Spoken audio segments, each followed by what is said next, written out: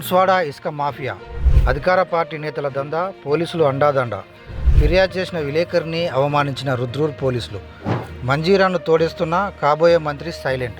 అప్పుడు బీఆర్ఎస్, ఇప్పుడు కాంగ్రెస్ పార్టీ మారి మరీ ఇసుక రవాణాను చెరబట్టి బాన్స్వాడ నియోజకవర్గ నేతలకు ఇసుక దందా ఓ బంగారు బాతు. అదే కోర్టులు ఆర్జించి పెట్టే అక్షయపాత్ర వారికి. అందుకే దీనికోసం పార్టీలు కూడా మారుతారు ఈ నేతలు. అధికార పార్టీ ఉంటే ఎవరు అడ్డు చెప్పరనే ధీమా. అడ్డొచ్చిన వారిని పోలీసులతో బెదిరించవచ్చు, దాడులు చేసినా అడిగే నాదుడు ఉండడు. అలా 3 టిప్పర్లు 6 లారీలుగా ఇది యథేచ్ఛగా కొనసాగుతూనే ఉంది. ఇదంతా అందరికి తెలిసిన కథే. బాన్స్వాడలో ఏం జరుగుతోంది, నేతలెవరో, పార్టీ మారిందెవరో విడమర్చి చెప్పాల్సిన అవసరం లేదు. ఇప్పుడు విషయం ఏమిటంటే, ఓ విలేకరి ఇసుక మాఫియా గురించి డయల్ 100కు ఫోన్ చేశాడు. అదే అతడు చేసిన పెద్ద నేరం. రుద్రూరు పోలీసు లైన్లోకి వచ్చాడు. ఆ పోలీసు మాట్లాడిన తీరు, వెటకారం తీవ్ర అవమానకరంగానే ఉన్నాయి. ఫిర్యాదు చేసింది విలేకరే కానవసరం లేదు, కామన్ పీపుల్ కాల్ చేసినా స్పందించాలి. ఆ లాజిక్ మిస్ అయ్యాడు ఈ పోలీస్. ఎందుకంటే ఆ ఇసుక మాఫియాతో అంటకాగారనే విషయాన్ని పరోక్షంగా అతడే ఒప్పుకున్నట్టుగా ఈ ఫోన్ కాల్ ద్వారా అందరికీ తెలియజెప్పినట్టయింది. నీకు ఐడియా ఉందా, నువ్వు పెద్ద న్యూసెన్స్ గాడి వంట కదా అంటూ ఏవేవో తన పరిధి దాటి మాట్లాడి అవమానించాడు. దీన్ని బట్టి ఇసుక మాఫియాకు పోలీసులు అండదండ ఎలా ఉందో తెలిసిపోతున్నది. మంజీరాను తోడేస్తున్న బోధన్ ఎమ్మెల్యే, మాజీ మంత్రి, కాబోయే హోంమంత్రి మాత్రం పట్టించుకోడు. ఎందుకంటే ఆ ఇసుక మాఫియాతో ఉన్న తమ పార్టీలోని నేతలే మరి. Hello hello sir. నమస్తే సార్, నేను రుద్ర పిఎస్ నుంచి మాట్లాడుతున్నా. నమస్కారం సార్, నేను అశోక్ కాంబ్లే మాట్లాడుతున్నా సార్. అశోక్ కాంబ్లేనా? అవును సార్, ఎవరు? నేను అశోక్ కాంబ్లే సార్, అక్బర్ నగర్. ఒప్పుకున్నారా? అవును సార్, ఏం చేస్తారు? నేను reporter sir, senior journalist sir. నేను ఏ రిపోర్టర్? నేనా సార్? నేను national human channel sir. National human channel. మంచి ఐడి కార్డు ఉందా మీకు? ఉంది సార్. చెప్పండి. చెప్పాలా సార్? చెప్పండి. ఎవరు సార్ మాట్లాడేది? రుద్ర పిఎస్ నుంచి మాట్లాడుతున్నా సార్. చెప్పండి సార్. చెప్పండి. మరి ఎందుకు 100 కాల్ ఎందుకు ఫోన్ చేసిన సార్? 100 కాల్ ఫోన్ చేసిండే ఎందుకు అన్న?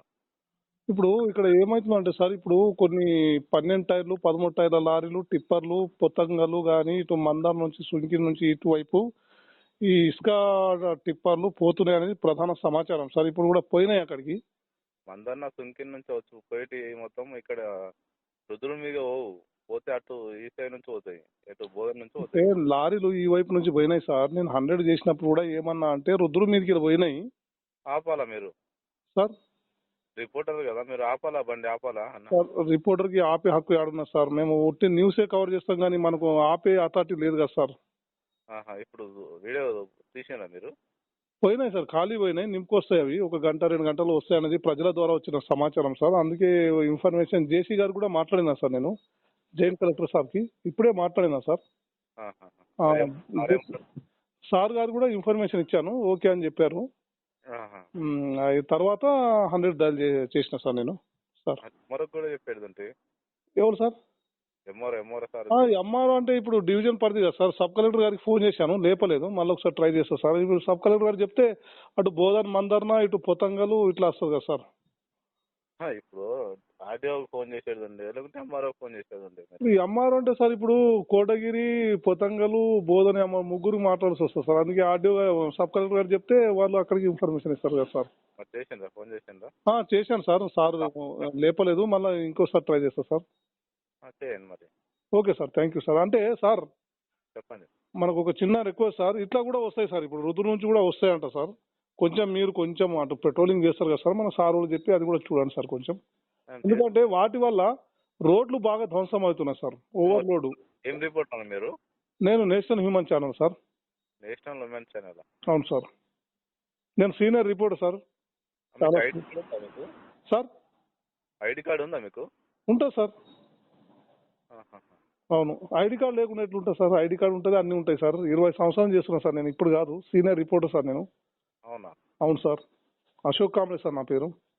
ఐడి కార్డు క్యాన్సిల్ అయిపోయిందా అని చెప్పేసి అంటారు అందరు. ఎవరు సార్? మీ రిపోర్టర్లు అందరూ ఐడి కార్డు క్యాన్సిల్ అయిపోయిందని చెప్పేసి అన్నారు. అన్నారా సార్? మీ రిపోర్టర్లు అంటున్నారు మరి. అంటారా సార్?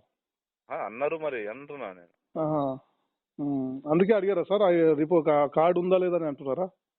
మీరు ఏ రిపోర్టర్ అని నాకు అర్థం కావట్లేదు. నేను మస్తు రిపోర్ట్లు ఉన్నా సార్, ఒకటే కాదు మస్తు చేస్తా సార్ నేను. ఇప్పుడు మీరు అన్నారు కదా నేషనల్, ఏమన్నారు నేషనల్? ఇక మీరు ఎందుకులే సార్, మీకు ఐడి కార్డే చూపించాల పడుతుంది. ఇక మీ రిపోర్టర్ అన్నారు కాబట్టి నాకు తెలుస్తుంది. సన్నాసి రిపోర్టర్ ఉంటారు సార్, దొంగ రిపోర్టర్లు, లఫంగ్ రిపోర్టర్లు, లుచ్చా రిపోర్టర్లు ఉంటారు సార్.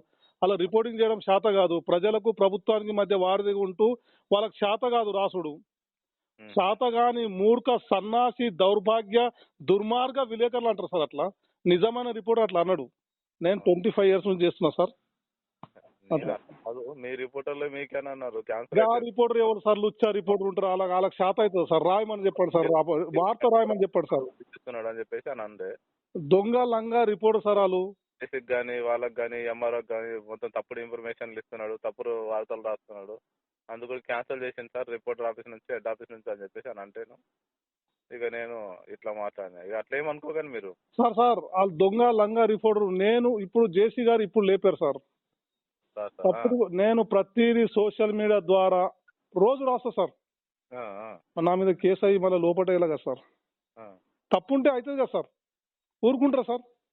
ఏమో తెలియదు. ఇప్పుడు ఏంటంటే ఏదైనా ఎలిగేషన్ అయితే తప్ప ఎవరు కూడా చేస్తారు సార్, ఐడి కార్డు చేస్తారు. ఎందుకు చేయరు? వాళ్ళకి ఇప్పుడు ఏంటంటే మనం రాస్తుంటే వాళ్ళకి వచ్చే మామూలు రావు. మరి రిపోర్టర్లకు దొంగలు లంగలు మామూలు ఉంటాయి. నేను రిపోర్టర్ అందరికంటలే, ఎవడైతే అలిగేషన్ చేసే మూర్ఖ సన్నాసి విలేకరులకు అంటున్నా సార్. నేను ఒక అదే పవిత్రమైన వృత్తిలో ఉన్నా, ఆ కళమ తల్లిని నమ్ముకునే ఉన్నా సార్. నేను ఎవరైతే దొంగ బట్టేబాజ్ బ్రోకర్ విధవ సన్నాసుల గురించి మాట్లాడుతున్నా సార్. అది ఆ విలేకరులు ఇలాంటి బట్టేబాజ్ విలేకరు చక్కగా ఉంటే ప్రజా సమస్యలు ప్రభుత్వానికి వెళ్ళాయి కదా సార్. వాళ్ళు ఏమంటున్నారు అంటే ఇచ్చే న్యూస్ అంతా ఫాల్స్ ఇస్తారు సార్. చేస్తారు సార్, మొత్తం 100 కాల్ కూడా ఫాల్స్ చేస్తారు సార్. 100 calls ఇచ్చే ఫాల్స్ అయితే వాళ్ళ పేపర్ ఉంది కదా సార్. పోతున్నారు సార్ అని చెప్పేసి అని అన్నారు వాళ్ళు. వాళ్ళ పేపర్ చాలా ఉన్నాయి కదా, అదే రాయమని చెప్పండి కదా నా మీద. వాళ్ళు దమ్మున్న నిజమైన విలేకరులని నా మీద ఎలిగేషన్ వేసినప్పుడు సార్ వాడు న్యూస్ మేకర్ అతను, ఇక మనం ఏం చెప్పలేం సార్ అతనికి, మీరే చూడాలని చెప్పేసి అంటున్నారు. న్యూస్ మేకర్ అయితే మీ దగ్గర పిటిషన్ పెట్టమన్నాడు సార్. ఇప్పుడు కానూన్లో మీ దగ్గర పిటిషన్ పెడితే మీరు ఎంక్వైరీ చేస్తారు కదా. చెప్తున్నారు వాళ్ళే, న్యూస్ మేకర్ సార్ మేము అతనితో ఉండలేము చేయలేము అన్నట్టు మాట్లాడుతున్నారు. వాడెవడు సార్ ఉండడానికి? వాడేమన్నా చుట్టమా?